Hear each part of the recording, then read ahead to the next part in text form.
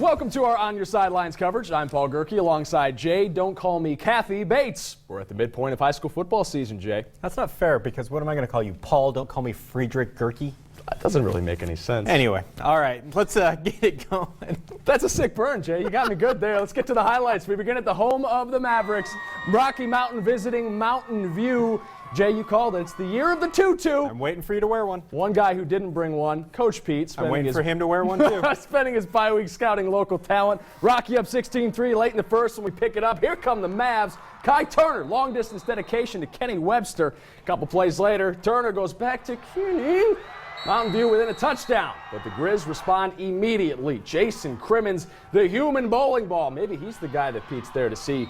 Caps off a drive with Jake Roper touchdown. Rocky Mountain holds on to win 45-37, improving to 5-1. Timberline, where they're hoping the Valley View defense is as easy to run through as a big paper sign that says Go Wolves.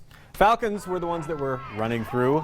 It would be Tad Gamble. See what you did there. Yeah, it's a pretty safe bet that he's going to get all the way into the end zone. Look at him, he's rumbling, he's stumbling, he's fumbling. That's a touchback. Nope, no good for you, Mr. Upon Gamble. further review, that is a touchback. Michael Stefanik then with the pass to Tyus Zimmerman for the Wolves.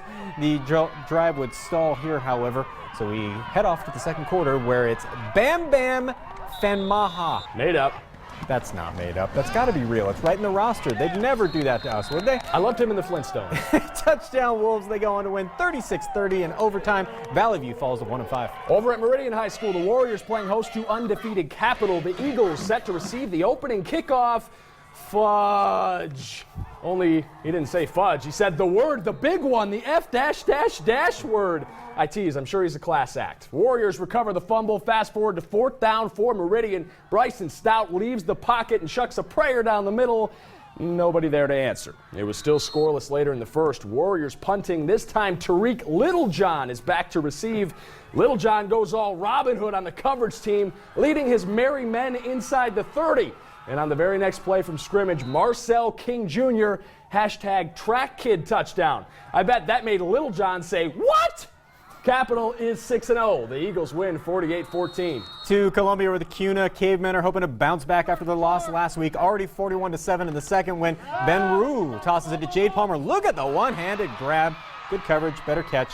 Goes deep into Columbia territory. Next play, it's Rue to Jake Johnson. And I think they call this blown coverage because he's a little open.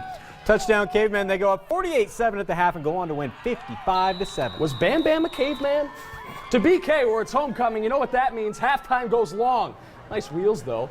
28-zip. Knights lead the Cougs at the break, but Caldwell attempting a comeback. Alex Harlow muscles his way into the red zone. The Cougars would have to settle for a field goal, though. Bishop Kelly doesn't know what a field goal is. Bowen Ogata to Will Hefner. Nickname is Playboy, or at least it should be.